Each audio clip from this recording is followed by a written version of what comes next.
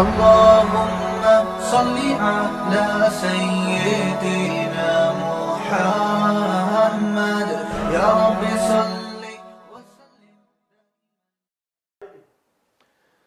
بسم اللہ الرحمن الرحیم. آج ہمارا لیکچر نمبر 16 اور سورہ تبت یدا ابی لہب وتب جو ہے اس کے میں نے کل ترجمہ آپ کو بتا دیا تھا اس سے پہلے والے لیکچر میں، اور اس کی پوری گرامر کے لحاظ سے ہم نے اس کو حل کر دیا تھا. آج اس کی تفسیر ہوگی اور پھر آج ہی انشاءاللہ سورہ فلق اور سورہ ناس دونوں تفسیروں کو دونوں صورتوں کو ہم پہلے گرامر کے لحاظ سے حل کریں گے، اس کے بعد پھر ان کا شان نزول اور ان کی انشاءاللہ تفسیر بیان ہوگی. پہلے سورہ اخلاص، اس کے بعد سورہ فلق سورہ ناس. تو تبت یدا ابی لہب وتب، ابو لہب بہت بڑا دشمن تھا اسلام کا. اچھا، یہ جو میں آپ کو صورتوں کی تفسیر بیان کر رہا ہوں نا، بہت زیادہ ڈیٹیل میں نہیں، اتنی تفسیر جس سے وہ صورت آپ کو نماز جب کوئی پڑھے تو آپ کو صورت سمجھ میں آئے. ورنہ تفسیروں میں اگر ایک ایک صورت کی تفسیر اور اس میں علمی نکات، اور پھر وہ تو میرے ویسے ہی اتوار کے اور آج کل تراویح کے بعد کے جو میرے بیانات ہو رہے ہیں اس میں ایک ایک آیت پہ میں ایک ایک گھنٹہ بیان کر دیتا ہوں، تو وہ طرز یہاں پر نہیں ہوگا. یہاں ٹو دا پوائنٹ بات ہوگی، ٹھیک ہے نا. ہم نے اس آیت کو اور ان آیتوں کو فوکس کرنا ہے جو قرآن کی آیتیں ہیں، ان کو ہم نے فوکس کرنا ہے. اس سے کیا کیا اسباق مل رہے ہیں، موٹے موٹے اسباق تو بتاؤں گا، ان کے زیادہ ڈیٹیل میں نہیں جاؤں گا میں. تو وہ ممکن ہے لوگ کہیں کہ ادھر جب ممبر پہ بیٹھتے ہیں تو تفسیر ایسی کہ ایک آیت میں پورے 1.5 گھنٹے گزار دیتے ہیں، اور اب ایسے ہیں کہ اتنی مختصر تفسیر بیان کر رہے ہیں. تو اس لیے کہ بھی ہم نے فوکس کرنا ہے صرف تفسیر کو، کہ قرآن ہمیں سمجھ میں آ جائے اور قرآن کے جو بیسک مضامین ہیں وہ ہماری سمجھ میں آ جائیں. تبت یدا ابی لہب وتب، ابو لہب بہت بڑا ایک دشمن تھا. نبی صلی اللہ علیہ وسلم کو جب نبوت ملی ہے تو آپ صلی اللہ علیہ وسلم نے مشرکین مکہ کو جمع کیا اور آپ نے ان سے خطاب کیا اور کہا کہ اگر میں تم سے کہوں کہ وہ پہاڑ کے اس پیچھے سے ایک لشکر حملہ کر رہا ہے تو میری بات مان لو گے؟ انہوں نے کہا مان لیں گے، آپ صادق ہیں، آپ امین ہیں، آپ سچ بولتے ہیں. تو آپ نے فرمایا قولوا لا الہ الا اللہ تفلحوا، اے لوگو تم کہہ دو کہ اللہ کے سوا کوئی عبادت کے لائق نہیں ہے، تم کامیاب ہو جاؤ گے. اس پہ ایک دم شور مچ گیا. تو ابو لہب نے کہا تبا لک یا محمد صلی اللہ علیہ وسلم، تبا یعنی ہلاک ہو جاؤ، اے محمد صلی اللہ علیہ وسلم معاذ اللہ آپ تباہ ہو جائیں، آپ ہلاک ہو جائیں. الہذا جمعتنا، اس کام کے لیے آپ نے ہمیں جمع کیا تھا، اتنے بڑے بڑے سرداروں کو آپ نے بلایا، تو یہ کوئی کام ہے جس کے لیے آپ نے ہمیں بلایا؟ تو بہت اس نے تکبر کا اظہار کیا. اس کو ابو لہب کیوں کہا جاتا تھا؟ لہب کہتے ہیں انگارے کو. تو بعض روایتوں میں آتا ہے کہ وہ بہت خوبصورت تھا اور اس کے گال جو ہے نا آگ کے انگاروں کی طرح چمکتے تھے، خوبصورت تھے. تو اس لیے عرب میں جو ہے نا جب بھی کسی چیز کی طرف نسبت کرنی ہو تو ابو لگا دیتے تھے. تو ابو کا معنی صرف ابو ہی نہیں ہے بلکہ والا بھی ہے. جیسے حضرت ابو ہریرہ، ہریرہ بلی کے بچوں کو کہتے ہیں، تو بلی والے، تو بلیاں پالتے تھے وہ، تو ابو ہریرہ. بکر اونٹ کو بھی کہتے ہیں، حضرت ابو بکر اونٹ چرایا کرتے تھے تو ان کا نام پڑ گیا ابو بکر. تو اسی سے اس کا نام پڑ گیا تھا ابو لہب، انگارے والا. بعض نے یہ بھی کہا کہ اللہ نے جب اس کو یعنی جہنم کی وعید سنائی ہے تو پھر ابو لہب کہا جانے لگا، لیکن پہلا قول زیادہ صحیح معلوم ہوتا ہے کیونکہ جب یہ صورت نازل ہوئی تو وعید تو اس کے بعد آئی نا، تو پہلے سے اس کا ابو لہب کہا جا رہا ہے اس کو. تو جب اس نے یہ کہا تبا لک یا محمد صلی اللہ علیہ وسلم، آپ ہلاک ہو جائیں، تو آپ کو بڑی تکلیف ہوئی ہے.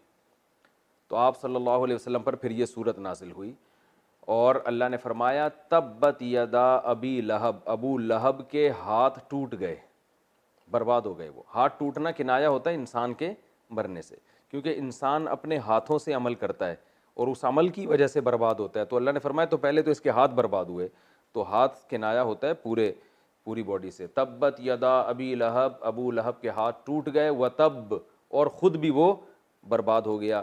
ما اغنا عنہ مالہ، نہیں کام آیا اس کا مال، وما اور وہ چیز بھی کام نہیں آئی کسب جو اس نے کمایا تھا. تو مال اور اس کا جو پروفٹ ہے، جو تجارت میں وہ لگا کے پروفٹ حاصل کرتا تھا، نہ اصل مال کام آیا نہ اس کا سرمایہ. ہلاکت ہوا. کیسے ہلاکت ہوئی؟ ایک طاعون کی بیماری پھیلی اور ابو لہب کو وہ طاعون کی جو ہے نا وہ پھنسی نکلی ہے، اور طاعون جب ہوتا تھا تو پھر لوگ ایک دوسرے سے دور بھاگتے تھے. تو ایسی جس کو کہتے ہیں نا چھوت کی بیماری، وہ اس کو ہوئی ہے تو سب اس سے دور ہونے لگے. جو اس کی عزت اور معاشرے میں بڑا نام اور دبدبہ تھا، وہی لوگ اس سے دور بھاگنے لگے کہ کہیں ہمیں نہ لگ جائے یہ بیماری. اور جب مر گیا تو جیسے آج بیچارے کرونا وائرس کے مریض جب مرتا ہے نا تو اس کی باڈی کے ساتھ جو حال ہوتا ہے کہ ہمیں نہ لگ جائے، وہی حال اس کے ساتھ بھی ہوا کہ اس کی باڈی کے بھی قریب کوئی نہیں آ رہا تھا کہ ہمیں یہ بیماری لگ نہ جائے، تو کئی دنوں تک ویسے ہی پڑا رہا ہے، تو لاش سڑ گئی، اس میں سے بدبو آنے لگی، پھر کسی سے لوگوں نے کوئی مزدوروں سے ملازمین سے کہہ کے اس کی لاش اٹھوائی اور دفن کی گئی. یہ تو بہت ہی بدترین موت واقع میں مبتلا ہوا وہ. تو اس طرح سے وہ بھی ہلاک ہوا. اور اس کی بیوی جو تھی ام جمیل اس کا نام تھا، وہ بھی بہت شرارتی تھی. بعض روایتوں میں آتا ہے کہ وہ جنگل سے لکڑیاں لاتی تھی اپنے کندھے پہ لاد کے، اور آپ صلی اللہ علیہ وسلم کے راستے میں کانٹے بچھایا کرتی تھی. اور بعض روایتوں میں یہ بھی ہے کہ کنجوس ہونے کی وجہ سے، حالانکہ بہت مالدار تھی لیکن کوئی ملازم نہیں رکھتی تھی، خود جنگل سے جا کے لکڑیاں لاتی تھی کہ کسی کو کمیشن نہ دینا پڑ جائے، ٹھیک ہے نا، کنجوسی میں یہ عالم تھا. یہ روایتیں ہیں. جب میں لفظ روایت کا استعمال کروں تو اس کا مطلب ہوتا ہے کہ مجھے حدیث کی سند کی پوری تحقیق نہیں ہے. اور ویسے بھی جو تاریخی روایتیں ہیں نا ان میں بہت زیادہ سند کا قوی ہونا بھی ضروری نہیں ہوتا، وہ بیان کرنے میں کوئی حرج نہیں ہوتا جب کہ اس سے کوئی شرعی مسئلہ نہ ثابت ہو رہا ہو. تو وہ جو تھی وہ اس کی چونکہ عادت تھی کہ گٹھری اٹھا کے چلا کرتی تھی، تو اللہ نے فرمایا کہ ابو جہل بھی ہلاک ہوا. ما اغنى عنہ مالہ وما کسب، جو کچھ کمایا تھا وہ بھی برباد ہو گیا. سیصلی نارا ذات لہب، ان قریب داخل ہوگا ایک آگ میں جو بھڑکتی ہوئی ہوگی. وامرأتہ، اور اس کی بیوی بھی آگ میں داخل ہونے والی ہے کیونکہ وہ بھی اپنے شوہر کے ساتھ ان گناہوں میں اور اسلام دشمنی میں برابر کی شریک تھی. وامرأتہ حمالۃ الحطب، اور اس کی بیوی جب داخل ہوگی حمالۃ الحطب، لکڑیاں اٹھائے ہوئے داخل ہوگی. اب اس میں بعض روایتوں میں آتا ہے کہ اس لیے لکڑیاں اٹھائے ہوئے داخل ہوگی کہ وہ ایک روایت میں آتا ہے کہ وہ لکڑیاں لے کے آ رہی تھی اور وہی پھندا اس کے گلے میں پھنسا اور لکڑیاں پیچھے کو گئیں تو گلا گھٹ کے وہیں موت واقع ہو گئی. تو کیونکہ اسی حال میں موت ہوئی تھی تو اللہ اسی حال میں اس کو اٹھائیں گے اور اسی حال میں جہنم میں بھیجیں گے. اور بعض نے کہا کہ حمالۃ الحطب کے لفظی معنی تو لکڑیاں اٹھانا ہے، لیکن یہ چغلی سے بھی کنایا ہے. عربی میں چغل خور کو بھی حمالۃ الحطب کہتے ہیں، اس لیے کہ حطب کہتے ہیں جو جنگل میں لکڑیاں، ہر طرح کی لکڑیاں اٹھاتا ہے. تو چغل خور بھی کیا کرتا ہے، بہت سارا جو غیبتیں کر کر کے نا لوگوں کی ادھر ادھر کی برائیاں کر کے بہت سارا گناہوں کا بوجھ اپنے کندھے پہ ڈال لیتا ہے. تو اس کو بھی یہ کہا جاتا ہے کہ لکڑیاں اٹھانے والا، بوجھ اٹھانے والا. تو چغل خور سے بھی کنایا ہے یہ لفظ. تو یا تو وہ لکڑیاں اٹھانے والی تھی یا چغلیاں کرتی تھی، اس لیے قرآن نے اس کو حمالۃ الحطب کہا. لیکن اسی صفت کے ساتھ اگر حمالۃ الحطب کا مطلب ہم چغل خور کرتے ہیں تو اس کا مطلب ہے کہ جب وہ جہنم میں داخل ہوگی تو اس صفت کے ساتھ داخل ہوگی، یعنی اس کا شمار چغل خوروں میں ہوگا. تو لکڑیاں اٹھا کے نہیں داخل ہوگی بلکہ چغل خوروں میں شمار ہوگا، اور یہ چغلیوں کا بوجھ اس نے اپنے کندھے پہ اٹھایا ہوا ہوگا اور وہ جہنم کی آگ میں داخل ہو رہی ہوگی، کیونکہ اس نے چغلیاں لگا لگا کے بہت فساد مچایا تھا. تو وامرأتہ حمالۃ الحطب فی جیدہا حبل من مسد، اور جب داخل ہوگی تو اس کی گردن میں رسی ہوگی بٹی ہوئی. تو اگر ہم حمالۃ الحطب کے معنی لکڑیاں اٹھانا ہی لیتے ہیں پھر تو اس کا مطلب بالکل واضح ہے کہ اس کی گردن میں جو ہے وہ بٹی ہوئی رسی ہوگی جو پھنس چکی ہوگی، جس سے وہ گلا گھونٹ کے مری تھی. اور اگر ہم اس کو کنایہ لیتے ہیں تو اس کا وہی مطلب ہے کہ وہ جو رسی ہے وہ ایک جو غیبتوں کا بوجھ اس نے اٹھایا ہوا ہوگا، اسی غیبتوں کے بوجھ کی رسی بھی اس کے گلے میں اٹی ہوئی ہوگی. تو بظاہر پہلا والا معنی زیادہ صحیح معلوم ہوتا ہے، کیونکہ جب کوئی کنایہ استعمال ہوتا ہے نا تو پھر اس میں اتنی زیادہ تشبیہات نہیں ہوتی. تو جب اللہ نے کہا کہ اس کی گردن میں رسی بھی ہوگی، بٹی ہوئی رسی ہوگی، تو اس سے مراد یہی ہے کہ وہ رسی سے مراد اوریجنل رسی ہے، اور وہی لکڑیوں کے بوجھ کے ساتھ اور اسی رسی کے ساتھ جو وہ دن بھر کیا کرتی تھی، اور اسی لکڑیوں میں جو کانٹے دار لکڑیاں نبی کے راہ میں بٹھایا کرتی تھی، تو اللہ اسی رسی سمیت اور اسی گٹھریوں سمیت اس کے کندھے پہ رکھیں گے جو اس کا دن بھر کی ایکٹیویٹی تھی، اور اسی کے ساتھ اللہ تعالیٰ اس کو جہنم میں داخل کریں گے. تو یہ اس صورت کی مختصر تفسیر تھی. اس صورت میں ہمیں علمی نکات کیا پتہ چلتے ہیں، فائدے کی چیزیں کیا پتہ چلتی ہیں. پہلی بات تو یہ پتہ چلتی ہے کہ تکبر بہت بری چیز ہے. ابو لہب نے نبی صلی اللہ علیہ وسلم کی بات سننے کے بعد اس کو چاہیے تھا کہ تھوڑی تحقیق کرتا کہ صحیح کہہ رہے ہیں غلط کہہ رہے ہیں. پہلی دفعہ میں اس نے انکار کر دیا اور نبی کا مذاق اڑانا شروع کر دیا. تو یہ کبر ہے، اور کبر اللہ کو پسند نہیں ہے. اور یہ کبر اس نے کیوں کیا؟ پیسہ تھا اس کے پاس، دولت تھی. تو دولت مند آدمی جو ہے وہ بات کو جلدی قبول نہیں کرتے، ان میں ایک تکبر ہوتا ہے. تو پہلا نقطہ کیا پتہ چلا؟ تکبر بری چیز ہے، انسان کو حق سے روکتی ہے. دوسرا، اکثر دولت جو ہے انسان کو متکبر بناتی ہے، کیونکہ اللہ کہہ رہا ہے کہ وہ اپنے مال کی وجہ سے نبی کی بات نہیں مانی نا. نبی مسکین شمار ہوتے تھے, غریب شمار ہوتے تھے, ابو لہب مالدار تھا, اس نے کہا میں ان کی بات کیوں مانوں. تو اللہ نے فرمایا کہ یہی مال اس کے کام نہیں آئے گا. تو پہلی بات پتہ چلی تکبر بری چیز ہے. دوسری بات پتہ چلی دولت اکثر تکبر کا ذریعہ بنتی ہے. تیسری بات پتہ چلی کہ بعض دفعہ اللہ تعالیٰ کسی بڑے آدمی کو دنیا میں ایسی سزا دیتے ہیں کہ عبرت کا نشان بن جاتا ہے. جیسے وہ ایسی وبائی بیماری میں آیا کہ لوگ اس سے جان چھڑا رہے ہیں. اس کا یہ مطلب نہیں ہے کہ کوئی بھی وبائی بیماری میں مبتلا ہو. جیسے آج بہت سے نیک لوگ بھی ہیں, بزرگ ہیں, کرونا وائرس میں انتقال ہو رہا ہے, ان کی باڈی کو بھی کوئی ہاتھ نہیں لگا رہا, تو اس سے یہ نہیں ثابت ہوتا کہ وہ معاذ اللہ برے آدمی تھے. تو ایک ہی چیز ایک شخص کے حق میں آزمائش ہوتی ہے, ایک شخص کے حق میں اس کے درجات کی بلندی کا ذریعہ ہوتی ہے. بعض بڑے بڑے بزرگ ہیں, نیک لوگ ہیں, وہ مرتے ہیں, اب وہ ایسی بیماری میں موت ہوئی کہ کوئی قریب ہی نہیں آ رہا ان کے, ہمیں بیماری نہ لگ جائے, تو یہ اللہ کی طرف سے ایک ان کے درجات بلند کرنے کا ذریعہ ہے. میں اس کو ایک مثال سے سمجھاتا ہوں کہ ہم نے ایسے کئی واقعات سنے ہیں بہت معتبر ذرائع سے کہ قبر میں کسی میت کو رکھا گیا اور میت کو قبر نے باہر پھینک دیا گناہوں کی وجہ سے نا, قبر قبول نہیں کر رہی. ایسے بہت واقعات ہوئے ہیں, متواتر واقعات ہیں. میں نے بھی ایک بیان میں واقعہ سنا ہے جو بہت ہی کسی قریبی نے مجھے سنایا تھا واقعہ, کہ ان کے گاؤں میں ایسا واقعہ ہوا, قبر میں ڈال رہے ہیں اور قبر باہر نکال کے پھینک دیتی ہے.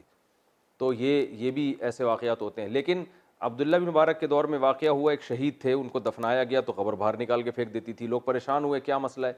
عبداللہ بن مبارک رحمہ اللہ تعالیٰ کی کتاب میں یہ واقعہ ذکر ہے.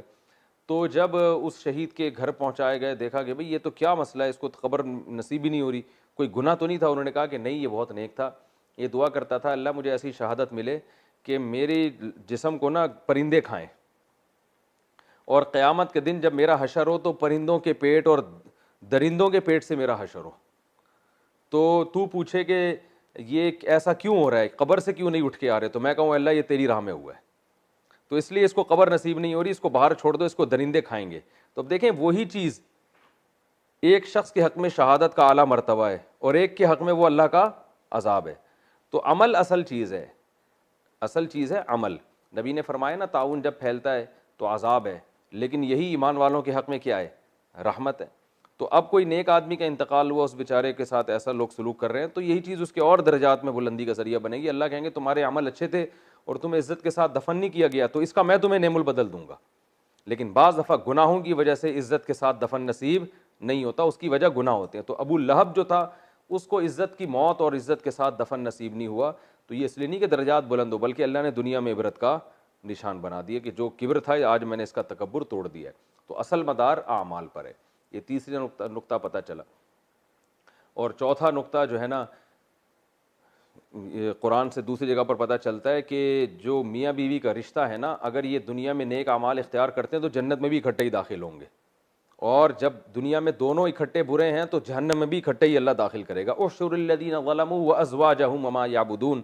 اللہ نے فرمایا قرآن میں دوسرے مقام پر آتا ہے سورہ صافات میں کہ جو ظالم لوگ تھے ان کو ان کی بیویوں سمیت جہنم میں داخل کرو. تو چونکہ یہ رشتہ ایسا ہے نا, دنیا میں ساتھ رہتے ہیں, تو بعض میاں بیوی ایسے ہوتے ہیں ان میں آپس میں ذہن بہت ملتا ہے, تو بعض کا اچھی چیزوں میں ملتا ہے, بعض کا بری چیزوں میں ملتا ہے, اور بعض کا ملتا ہی نہیں ہے, جو کہ آج کل زیادہ تر ایسے ہی چل رہا ہے مارکیٹ میں. تو جن کا اچھی چیزوں میں ملتا ہے وہ رات کو تہجد بھی اکٹھے پڑھ رہے ہوتے ہیں, اور ایک تبلیغ میں بھی اکٹھے جا رہے ہوتے ہیں, خیر میں بھی. دیکھا ہے ہم نے معاشرے میں ایسے میاں بیوی کو, بہت تھوڑے سے ہی ہو گئے ہیں لیکن بہرحال ہوتے ہیں, کہ جو ان کی ایک ہی موٹیو ہوتا ہے, ایک ہی سوچ ہوتی ہے, اسی کو سامنے رکھ کر اپنے بچوں کی تربیت کر رہے ہوتے ہیں, اسی کو سامنے رکھ کر دین کی تبلیغ کر رہے ہوتے ہیں, ایک دوسرے میں معاون مددگار بنتے ہیں. تو جب یہ جنت میں جائیں گے تو اللہ کہے گا جنت میں بھی اکٹھے ہی داخل ہو. تو اور اسی طرح بعض ہوتے ہیں جو اسلام کے خلاف سازشیں کر رہے ہوتے ہیں, برائی کر رہے ہوتے ہیں, دونوں اس برائی میں برابر کے شریک ہوتے ہیں. تو ابو لہب اور اس کی بیوی کی ایک ہی موٹیو تھا, ایک ہی ہدف تھا, ایک ہی ویژن تھا کہ بھائی کسی طرح اسلام کو ختم کیا جائے. تو اللہ فرماتے ہیں ایک ہی ویژن تھا نا, دنیا میں اکٹھے رہتے تھے تو آگ میں بھی اکٹھے ہی داخل ہو گئے. اور بعض ایسے ہوتے ہیں کہ اگلے کا ویژن کچھ اور ہوتا ہے, دوسرے کا ویژن کچھ اور ہوتا ہے. جیسے کہ مارکیٹ میں زیادہ تر اسی طرح کے میاں بیوی آج کل ہیں کہ وہ اپنے بچوں کو کچھ بنانا چاہ رہا ہے, وہ کچھ اور بنانا چاہ رہی ہے. ایک چاہتا ہے کہ میرے بچے ماڈرن بنے, بیوی چاہتی ہے کہ نہیں وہ انسان کے بچے بنے, ٹھیک ہے نا. تو دیکھنے سے لگے کسی مسلم خاندان کے. بعض دفعہ بیوی چاہ رہی ہوتی ہے کہ یہ برے ہوں, وہ ماڈرن بنانا چاہتی ہو اپنی بیٹیوں کو, باپ چاہ رہا ہوتا ہے یہ حیادار بنے. جب ایسی سیٹنگ آؤٹ ہوگی تو پھر دونوں کا حساب کتاب الگ الگ ہوگا. تو یہ ہمیں جو ہے نا سورہ لہب سے اسباق ملتے ہیں. آگے سورہ فلق ہے, پہلے ہم اس کو سورہ اخلاص ہے, ہم پہلے اس کو انشاءاللہ گرامر کے لحاظ سے حل کرتے ہیں, اس کے بعد اس کی مختصر تفسیر. سورہ اخلاص. قل هو اللہ احد. یہ کیوں نہیں لکھ رہا بھائی, اس کو کیا ہو گیا؟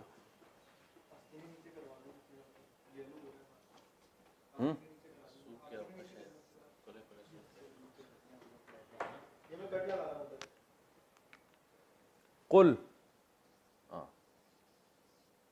قل پہلے گزر چکا ہے, اب اس کو ریپیٹ کرنے کی ضرورت نہیں. قل کا معنی کیا ہی ہے. اعوذ, یہ بھی گزر چکا ہے نا. اب کیا ہو گیا مجھے, کل تبت یدا غائب کر دی تھی درمیان سے میں نے. قل هو اللہ صحیح. قل هو اللہ احد, کہہ دیجئے. ہوا کا معنی وہ, اللہ کا معنی اللہ, احد ایک ہے. احد استعمال ہوتا ہے, واحد کہتے ہیں نا, واحد, ٹھیک ہے نا, واحد احد. واحد اور احد میں فرق ہے, لیکن آپ کو یہ فرق جاننے کی ضرورت. واحد اکیلے کو کہتے ہیں, احد یکتا کو کہتے ہیں. قل هو اللہ احد, وہ اللہ کیا ہے؟ ایک ہے. اللہ الصمد, اللہ صمد ہے, بے نیاز. عربی میں ایک لفظ ہوتا ہے غنی. غنی کا معنی ہے بے پرواہ. مالدار کو بھی غنی کہتے ہیں, کیونکہ اسے پبلک کی ضرورت نہیں ہوتی. اس کے پاس اتنا پیسہ اللہ کا دیا, اتنا کچھ ہوتا ہے کہ اس کو آپ کی ضرورت ہے. غریب آدمی بیچارہ ہر ایک کا محتاج ہوتا ہے وہ. تو غنی کہتے ہیں جسے کسی کی ضرورت نہ ہو. صمد کہتے ہیں جسے کسی کی ضرورت نہ ہو لیکن سب کو اس کی ضرورت ہو. یعنی غنی کا سب سے اونچا مقام ہے, ٹھیک ہے نا. انسان غنی تو ہوتا ہے مگر صمد نہیں ہوتا. سمجھتے ہو کہ نہیں سمجھتے؟ تو اللہ بے نیاز ہے, اسی لیے کہتے ہیں بے نیاز. اب اس قسم کے الفاظ اردو میں یا انگلش میں نہیں ہیں, اتنی طاقت نہیں ہے کسی اور زبان میں. اللہ کے 99 نام جو ہے نا, اس کا اردو یا عربی انگلش میں ترجمہ ہو ہی نہیں سکتا. کریں گے تو ترجمہ نہیں ہوگا, وہ پوری ڈیفینیشن ہوگی, ٹھیک ہے نا. اللہ الصمد, اللہ بے نیاز ہے. لم یلد, لم یلد اصل میں تھا لم یولد. یولد یضرب کی طرح ولادت سے ہے, اس کا معنی بچہ جننا. تو لم جب لگتا ہے تو مضارع کو پاسٹ کے معنی میں کر دیتا ہے اور پازیٹیو کو نیگیٹو بنا دیتا ہے. یہ میں ڈیٹیل سے بتا چکا ہوں. اور آخر میں جزم بھی آتا ہے. لم یلد, واو آ رہا ہے نا, واول حرف ہے تو گڑبڑ کر دیتا ہے یہ. تو لم یولد کو پڑھتے ہیں لم یلد. اس نے کسی کو نہیں جنا. وہ لم یولد تھا اصل میں نا, ہاں. تو یولد کا معنی جننا, یولد جنا جاتا ہے. یضرب مارتا ہے, یضربو مارا جاتا ہے. تو یولدو سے یولدو, تو لم یولد. یہ میں اگلے سبق دوبارہ لم یولد نہیں آ رہی سمجھ. لم یلد ولم یولد, نہ اس نے جنا نہ یولد یضربو کی طرح پیسو وائس. ولم یولد, نہ لم یلد, نہ اس نے کسی کو جنا. ولم یولد, نہ وہ خود جنا گیا, یعنی اس کو بھی کسی نے نہیں جنا. ولم یکن, یہ کل کے سبق میں آیا تھا. کانا اصل میں کیا تھا؟ کوانا. اور یکونو تھا یکونو. یکونو ینصرو کی طرح. یکونو ہونا. کانا کا معنی ہوا, اس کا معنی ہونا. تو یکونو تو بن گیا لم لم یکون. لم ینصر, لم یکون کیا معنی ہوگا؟ وہ نہیں ہوا, وہ نہیں ہوا. تو یکون میں اس کو پڑھتے ہیں یکون, جیسے یقولو کو یقولو پڑھتے ہیں نا, تو یکونو کو یکونو پڑھتے ہیں.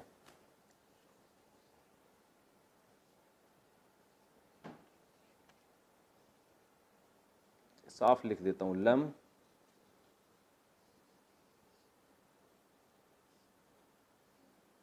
لم یکون، یقولو کو یقولو واو کی وجہ سے نا حروف گڑبڑی ہے، تو یکونو کو یکون، لم یکون. اب لم یکون اتنا لمبا ہے، عرب اس کو شارٹ کرتے ہیں لم یکن. کیا پڑھتے ہیں؟ لم. ہر زبان میں ایسے شارٹ الفاظ کو شارٹ کیا جاتا ہے نا. جیسے عربی میں کہتے ہیں عیش، اصل میں تھا ایو شیئن، کہتے ہیں عیش. انگلش میں بھی بہت ہیں ایسے. انگلش میں کوئی مثال دو. He can not go. اب ہم جو جیسے پینڈو لوگ جب انگلش بولتے ہیں ہی کین ناٹ گو، قلقلے پورے کر رہے ہوتے ہیں. Do you have a apple,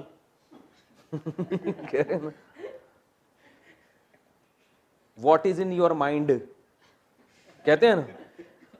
تو اتنی کون انگلش بولتا ہے. وہ ایک قاری صاحب کے پاس گیا نا ایک آدمی، کہتے ہیں شیرہ ہے، شیرہ.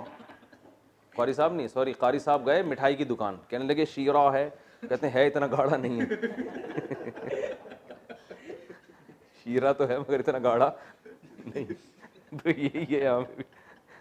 اینڈ ایک صاحب میرے ساتھ بولتے کہہ رہے اینڈ، میں نے کہا یار یہ اینڈ اتنا گاڑھا اینڈ نہیں ہوتا، تو تھوڑا سا اس کو ہلکا کر لو. تو یہی چل رہا ہے. لم یکون کو عرب نے کیا بنا دیا؟ لم یکن. اور کوئی اچھی مثالیں دو یار شارٹ کی. کانٹ بولتے ہیں can not, I can not, I can't. American کہتے ہیں آئی وانٹ ٹو گو کو I wanna go. It isn't possible for me to do this, کہتے ہیں نا. تو ایک صاحب نے مجھے کہا یار آپ تو بڑی فرسٹ کلاس. میں نے ان سے کہا it isn't possible for me to go their.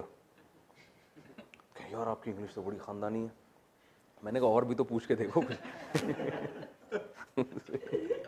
اور بھی تو کچھ پوچھو. تو ایک جملے سے آپ نے فیصلہ کر لیا، how is it possible for me to improve my English. ایسے میں نے دو چار ٹھش پھش ماری تو خاندانی انگلش ہے. میں نے کہا بس اتنی آتی ہے، ختم ہو گئی. لم یکن، ٹھیک ہے نا. تو ولم یکن، اور نہیں ہے، اس کا معنی کیا ہوگا؟ نہیں ہے. ولم یکن، بلکہ صحیح طرح نہیں ہوا. ولم یکن لہو، یکن لہو کو پڑھتے یکل لہو ہیں، نون کو لام میں ملا دیتے ہیں. ولم یکل لہو، اور نہیں ہوا یا نہیں ہے، لہو اس اللہ کے لیے، کفوون. کفوون، کفو کہتے ہیں ہم پلہ کو، اردو میں استعمال ہوتا ہے. بھئی یہ لڑکا جو ہے لڑکی کا کفو نہیں ہے، اس کے پیرلل نہیں ہے.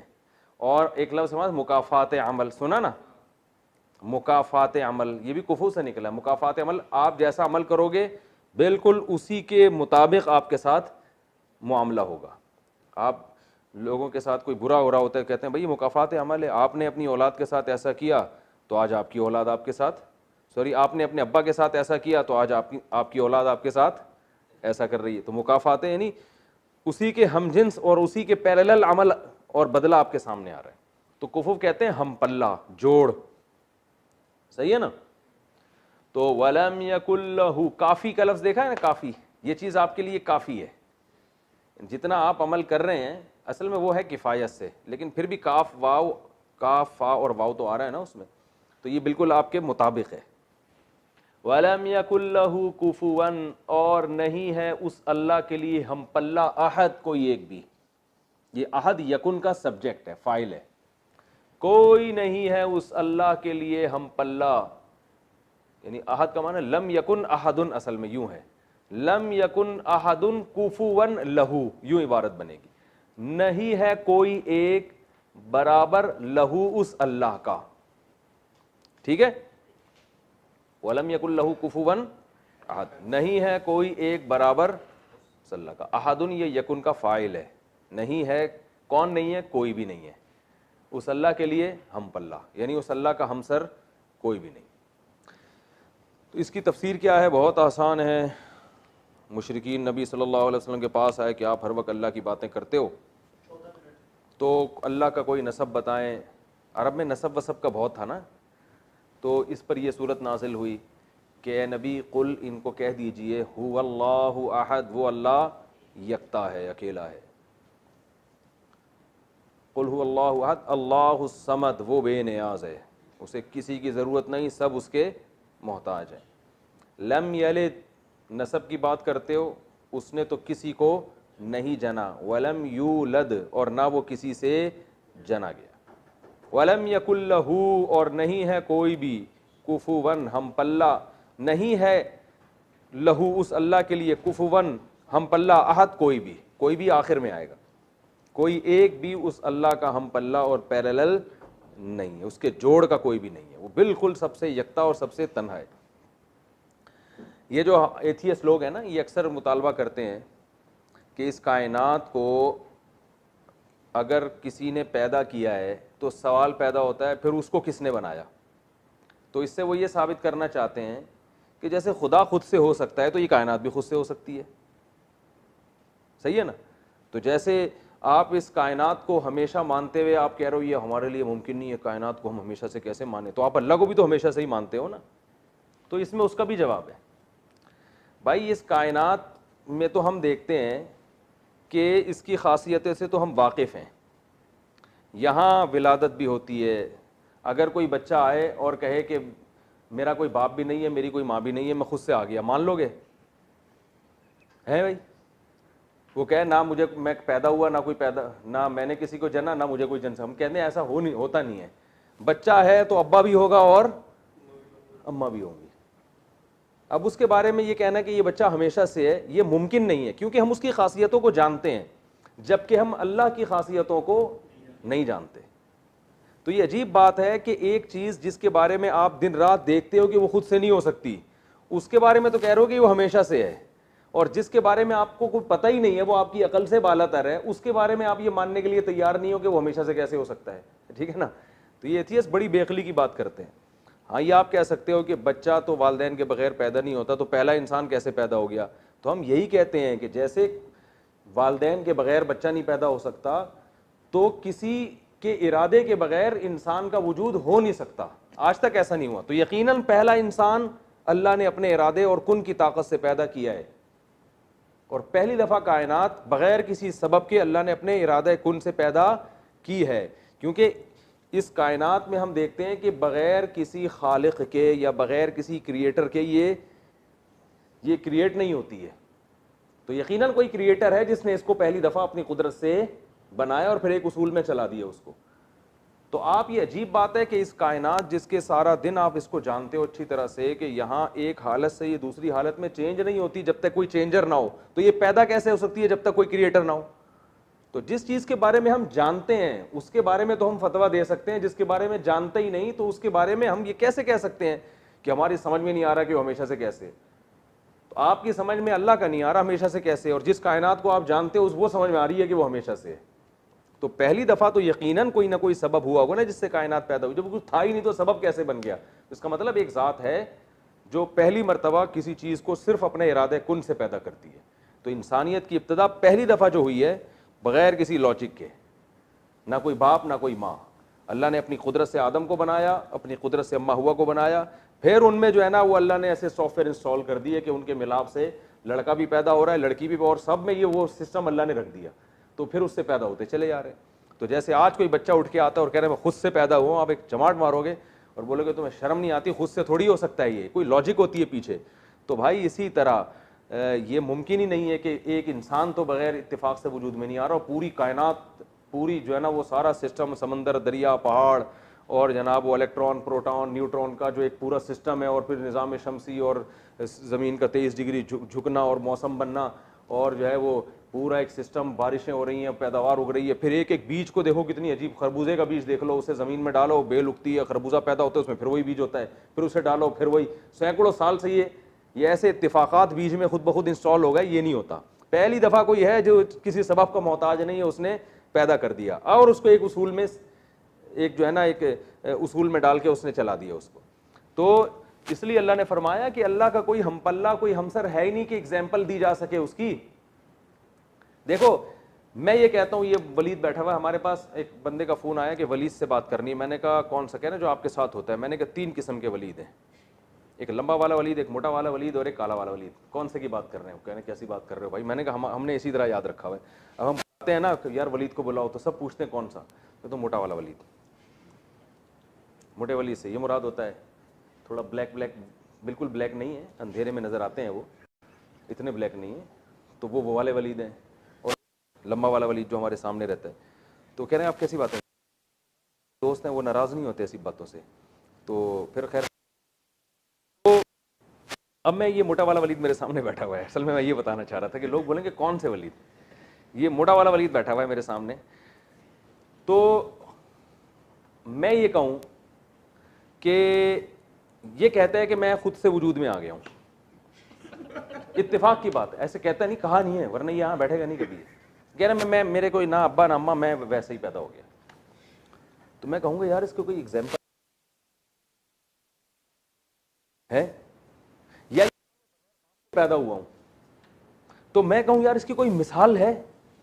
فوراً کہے گا حضرت عیسیٰ بھی تو بغیر باپ کے پیدا ہوئے تھے, وہ بھی تو انسان تھے, تو میں بھی ہو سکتا ہوں. ٹھیک ہے نا. پھر میں اس پہ غور کروں گا یہ مثال یہاں منطبق ہوتی ہے کہ نہیں ہوتی, وہ بات کی چیز ہوگی.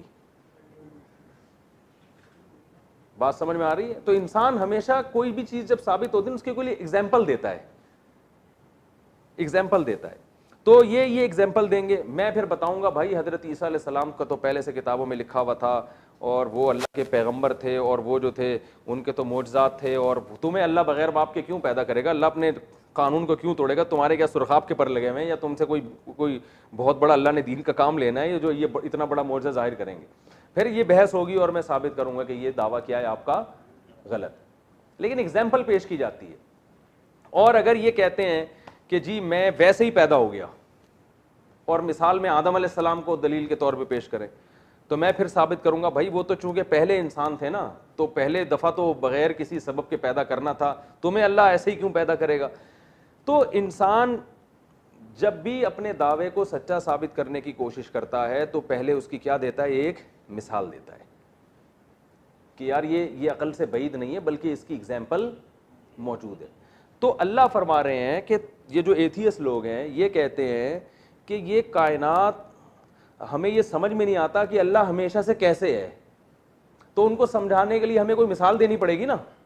تو اللہ فرماتے ہیں اللہ کی کوئی مثال اس لیے نہیں بنتی ہے, لم یکن لہ کفوا احد, اس کا کوئی ہم پلہ ہے ہی نہیں کہ جس کو تم مثال دے کے سمجھایا جا سکے کہ جیسے یہ ہمیشہ سے ہو سکتا ہے وہ بھی ہمیشہ سے ہو سکتا ہے, لہذا وہ عقل سے بالاتر ہے. لیکن ایتھیسٹ کیا کر رہا ہوتا ہے کہ وہ مخلوق جس کی درجنوں مثالیں ملتی ہیں, اور مثالیں اس بات پر ہیں کہ یہ ہمیشہ سے نہیں ہو سکتی, جس کی درجنوں مثالیں دیتی ہیں اس کے بارے میں کہتے ہیں کہ کائنات ہمیشہ سے ہے. ہائی بات سمجھ میں؟ یعنی میں ثابت کرتا ہوں کہ بھائی یہ جو چیز ہے یا یہ شخص جو ہے یہ باپ اور ماں کے بغیر پیدا نہیں ہوا. آپ کہتے ہیں اس کی کیا دلیل ہے بغیر ماں باپ کے پیدا نہیں ہوا؟ میں کہوں یار اس جیسے جتنے بھی ہیں مثالیں ہیں ان میں ایک بھی مثال نہیں ملتی جو بغیر ابا اور اماں کے پیدا ہو رہے ہوں. پھر اگر میں یہ دعویٰ کرتا ہوں نا بغیر باپ کے پیدا ہوا بغیر ماں کے, تو یہ میرا دعویٰ صحیح نہیں ہوگا, مجھے بہت مضبوط دلیل دینی پڑے گی. تو ایتھیسٹ کیا کہتا ہے کہ یہ کائنات ہمیشہ سے ہے, جبکہ اس دعوے کو ثابت کرنے کے لیے اسی کائنات کی جتنی مثالیں دی جائیں گی وہ ساری مثالیں ان کے اگینسٹ جا رہی ہیں. وہ سب بتا رہی ہیں کہ یہ کائنات تو ایک کنڈیشن سے دوسری کنڈیشن میں چینج بغیر چینجر کے نہیں ہوتی, تو پیدا بغیر خالق کے کیسے ہو گئی. تو ساری جو ایگزامپلز ہیں وہ آپ کے اگینسٹ جا رہی ہیں, جبکہ خدا جس کا کوئی ہم پلہ اور کفو ہے ہی نہیں, صحیح ہے نا, اس کی آپ ہم سے مثالیں مانگ رہے ہو, اور جس کی سینکڑوں مثالیں ملتی ہیں اس کے بارے میں آپ ان مثالوں پر قیاس نہیں کر رہے بلکہ ان کے اگینسٹ آپ بات کر رہے ہو. تو یہ عجیب پاگل پنے والی باتیں ہیں, ٹھیک ہے نا. ایک بڑے مشہور ایتھیسٹ ہے, اس نے پتہ نہیں کیا کیا الٹے سیدھے نا بایولوجی کے دلائل, اور وہ مجھے اس کا کلپ سنا, میں نے کہا یہ آدمی ایک آسان چیز کو بلا وجہ پیچیدہ بنا رہا ہے. کہتے ہیں نا جب پھنس جاؤ تو انگلش بولنا شروع کر دو جس کو انگلش نہیں آتی, یہ لوگ یہی کام کرتے ہیں. خام خام سائنس کے نا پیچیدہ فارمولے جو عام لوگوں کو نہیں آتے, تو یہ اس چیز میں جاتے ہیں, 2 اور 2 4 کی طرح کبھی یہ بحث کرنے کی کوشش نہیں کرتے. جیسے منکرین حدیث کا میں نے بتایا تھا نا, کہ بھائی اگر یہ بخاری مسلم غلط ہے تو پھر قرآن ہمیں سمجھایا کس نے؟ قرآن تو کہہ رہے نبی کے سمجھائے بغیر تم سمجھ نہیں سکتے، تو قرآن کہہ رہا ہے، تو پھر وہ نبی کا سمجھایا ہوا کہاں گیا؟ کبھی اس پہ نہیں آئیں گے، ادھر ادھر کی گھمائیں گے۔ تو ایسے ہی جتنے باطل لوگ ہیں نا، یہ ہمیشہ بحث کو بناتے ہیں پیچیدہ۔ تو خلاصہ یہ نکلا کہ اللہ کا کوئی ہم پلہ نہیں ہے کہ ہم یہ کہیں کہ اللہ ہمیشہ سے ہے، تو اس کو سمجھانے کے لیے ہمارے پاس کوئی مثال نہیں ہے، اس لیے آپ کو عقل سے بالاتر لگ رہا ہے۔ وہ مثال ہے ہی نہیں بھائی، وہ ہم اس کو سمجھ ہی نہیں سکتے، ہماری عقل سے بالاتر ہے۔ جبکہ انسان اور جتنی کائنات ہیں ان کی ہر چیز کی سینکڑوں مثالیں ہمارے پاس ہیں۔ آج اگر یہ دعویٰ کرتا ہے کہ میں بغیر ابا اماں کے پیدا ہو گیا، تو میں کہوں گا یار ہمارے پاس جتنی مثالیں ہیں نا، ابھی جتنے اس روم میں بیٹھے ہوئے ہیں، جتنے تفسیر کے لیکچر سنے، وہ سب آپ کی طرح کے انسان، ایک بھی ابا اماں کے بغیر پیدا نہیں ہوا۔ تو ایتھیس جب یہ کہتا ہے کہ یہ کائنات خود سے وجود میں آئی ہے، ہم کہتے ہیں اس کائنات میں اربوں کھربوں چیزوں میں ایک چیز بھی ایسی نہیں ہے جو خود سے پیدا ہونا تو دور کی بات، پیدا ہو کر اپنی حالت کو چینج کر لے خود سے، ایک بھی مثال نہیں ہے۔ تو مثالوں سے ہم ایک دوسرے پر قیاس کر کے حکم صادر کرتے ہیں کہ جب ایک بھی مثال ایسی نہیں ہے تو پوری کائنات خود سے کیسے وجود میں آ گئی؟ ٹھیک ہے نا؟ تو اس لیے اللہ کو مخلوق پر قیاس نہیں کیا جا سکتا۔ تو وَلَمْ يَكُنْ لَهُ كُفُوًا أَحَدٌ، وہ اللہ ہے کہ اس کا کوئی ہم پلہ نہیں ہے۔ تو یہیں سے ایتھیس کا اور جو خدا کے منکر اور ملحد لوگ ہیں ان کے دعوے کی اور ساری جو ان کی سائنسی تحقیقات ہیں نا، وہ سب یہیں سے تیل ہو جاتی ہیں کہ تم پہلے اللہ کو مخلوق جیسا ثابت کرو، پھر یہ کہو کہ اللہ ہمیشہ سے، ہماری سمجھ میں نہیں آتا۔ وہ اللہ کو کس نے بنایا؟ ہم کہتے ہیں کسی نے نہیں بنایا، وہ ہمیشہ سے ہے۔ کیوں بنائے بغیر کیسے وجود میں آ گیا؟ تو ہم کہتے ہیں واہ، یہ کائنات بنائے بغیر وجود میں آ گئی، جس کو ہم جانتے ہیں اور جس کا کوئی ہم پلہ اور ہمسر ہے ہی نہیں، اس کی کوئی دوسری مثال ہی نہیں ہے، اس کے بارے میں آپ یہ مان نہیں رہے کہ وہ کیسے وجود میں آ گیا۔ تو یہ اس لیے تبھی اللہ نے ان کے لیے جہنم کی آگ رکھی ہے، جو اپنے بنانے والے کا انکار کرتے ہیں۔ تو وَلَمْ يَكُنْ لَهُ كُفُوًا أَحَدٌ، سمجھ میں آ گیا؟ تو سورہ اخلاص کی تفسیر کیا ہے؟ تفسیر بیان کر دیتا ہوں، پھر ہم انشاءاللہ یہ تفسیر ہی بیان کر رہا تھا میں، ٹھیک ہے نا؟ اچھا، تو یہ جو ہے اس کے بعد ہم کل انشاءاللہ پھر سورہ فلق اور سورہ ناس پہ چلیں گے۔ تو اللہ تعالیٰ نے یہ جو صورت ہے نا، اس کی بڑی فضیلت ہے۔ رسول اللہ صلی اللہ علیہ وسلم نے فرمایا کہ یہ صورت 1/3 قرآن کے برابر ہے، 1/3، یعنی 3 دفعہ پڑھیں گے تو ایک قرآن پڑھنے کا اجر ملتا ہے۔ اب بعض لوگ یہ اشکال کرتے ہیں پھر پورا قرآن پڑھنے کی ضرورت کیا ہے؟ تو دیکھیں ایک چیز کا ثواب الگ ہوتی ہے، درجات الگ ہوتے ہیں۔ 3 دفعہ سورہ اخلاص پڑھیں گے، قرآن کی تلاوت کا ثواب تو مل جائے گا، لیکن جب قرآن کی تلاوت پوری آپ کریں گے تو اس میں صرف تلاوت کا ثواب نہیں ہے، الگ الگ صورتوں کے پڑھنے کے جو مستقل ثواب ہیں وہ بھی آئیں گے، اس میں خود سورہ اخلاص بھی آئے گی، اس کے اندر اس کا الگ ثواب ہوگا۔ اور جو قرآن پڑھنے سے اللہ کا قرب ملتا ہے اور جو درجات بلند ہوتے ہیں وہ پورا قرآن پڑھنے سے ہی ہوتے ہیں، وہ درجات حاصل نہیں ہوں گے۔ تو مقام اور مرتبہ اور جو بہت فضیلت ملے گی وہ تو پورا قرآن پڑھنے سے، صرف جو نفس ثواب ہے وہ 3 دفعہ سورہ اخلاص پڑھنے سے بھی ملے گا۔ اور حدیث میں سورہ اخلاص کو 1/3 قرآن اس لیے بھی کہا ہے کہ اسلام کے جو بنیادی دعوے ہیں نا وہ 3 ہیں، توحید، رسالت اور جو ہے آخرت۔ ان 3 چیزوں پہ قرآن نے بہت اہمیت سے بات کی ہے، تو ان میں ایک توحید ہے، تو اس لیے گویا 1/3 قرآن ہے یہ۔ تو یہ بالکل ابتدا میں نازل ہونے والی صورتوں میں ہے، اور اس میں عیسائیوں کی بھی نفی کی گئی ہے جو کہتے ہیں عیسیٰ ابن مریم اللہ کے بیٹے ہیں۔ اللہ کا کوئی بیٹا نہیں ہے، وہ بیٹے کے لیے جنس کا ہونا ضروری ہے، باپ کی جو قوم ہوتی ہے وہی بیٹے کی قوم ہوتی ہے، شکل بھی باپ جیسی ہوتی ہے بیٹے کی، تو جنس ایک ہوتی ہے۔ اللہ فرماتے ہیں اس کا تو ہم پلہ کوئی ہے ہی نہیں، وَلَمْ تَكُن لَهُ صَاحِبَةٌ، دوسرے مقام پر آتے ہیں اللہ کی کوئی زوجہ نہیں ہے، کوئی بیوی نہیں ہے، وہ سب سے تنہا ہے، بالکل سب سے الگ ہے۔ تو یہ سورت کا بار بار پڑھنا چاہیے، اس کی بڑی فضیلت ہے۔ ایک صحابی نماز میں بہت زیادہ تلاوت کرتے ہیں سورہ اخلاص کی، جب بھی نماز پڑھاتے سورہ اخلاص پڑھتے تو ان کی شکایت کر دی، تو آپ صلی اللہ علیہ وسلم نے ان کو بلا کے پوچھا کیوں بار بار سورہ اخلاص پڑھ رہے ہو؟ آپ نے فرمایا کہ یا رسول اللہ مجھے سورت سے محبت ہے۔ تو پھر آپ نے ان کو خوشخبری دی کہ جنت کی خوشخبری دی کہ جو اس سورت سے محبت کرتا ہے اس کے لیے یہ خوشخبری ہے۔ تو محبت کی وجہ کیا ہے کہ جس کو توحید سے، عقیدہ توحید سے محبت ہوگی اس کو اس سورت سے محبت ہوگی، کیونکہ بار بار وہ کہے گا نا اللہ جیسا کوئی بھی نہیں۔ آج بھی جب کسی کی تعریف کرنی ہوتی ہے تو ہم کہتے ہیں آپ بہت اچھے، آپ یوں، شارٹ میں تعریف یہ آپ تو منفرد ہی ہو، ہٹو بچوں کہہ دیتے ہیں نا بعض دفعہ، بھائی آپ کی تو بات ہی نرالی ہے۔ تو یونیک یا نرالی یا نرالے لفظ لوگ کو پسند آتے ہیں، کہ لوگ یہ کہتے ہیں ہم جتنے ہیں نا تو ہمارے جیسا کوئی دوسرا ہو ہی نہیں سکتا۔ اگر آپ کو آپ بھی بہت اچھے لیکن وہ بھی بہت اچھے ماشاءاللہ، تو اکثر لوگ اس سے خوش نہیں ہوتے۔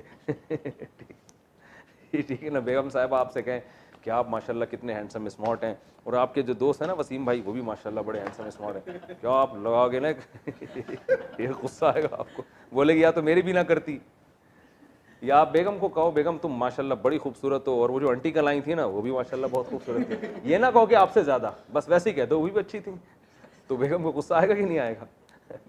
جب انسان شرک برداشت نہیں کرتا تو اللہ تو غیرت والا ہے, وہ کیسے برداشت کرے گا؟